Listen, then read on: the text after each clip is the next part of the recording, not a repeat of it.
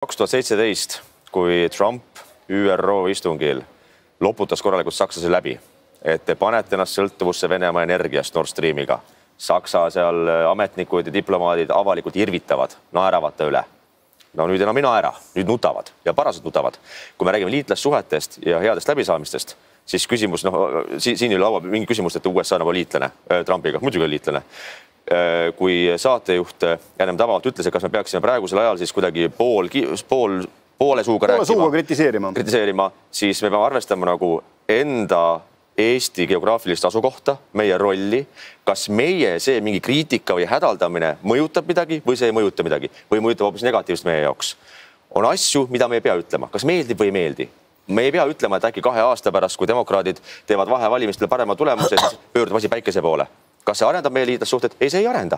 Kas see muudab valimistulemuse Ameerikas? Ei, see ei muuda.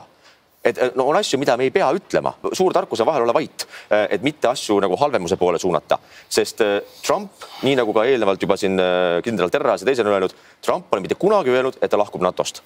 Et ta ei täida oma kohustusi nende riikide vastu, kes täidavad kokkulepitud kohustusi kaitse-eelarvesse. See on olemas. Ja kui me räägime Euroopa liitlassuhetest, siis vabandust, mõned aastad tagasi poolt sakslastele mingit muret üle sõita meie huvidest, julgeolekumuredest, et teha venelastega diili.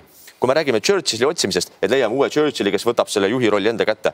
No mina ei tahaks Churchilli. Churchilli see, kes tegi diili Staliniga ja meie olime okupeeritud. Ülejäänud Euroopa rahu nimel. Ja ei olnud meil väga rahulik.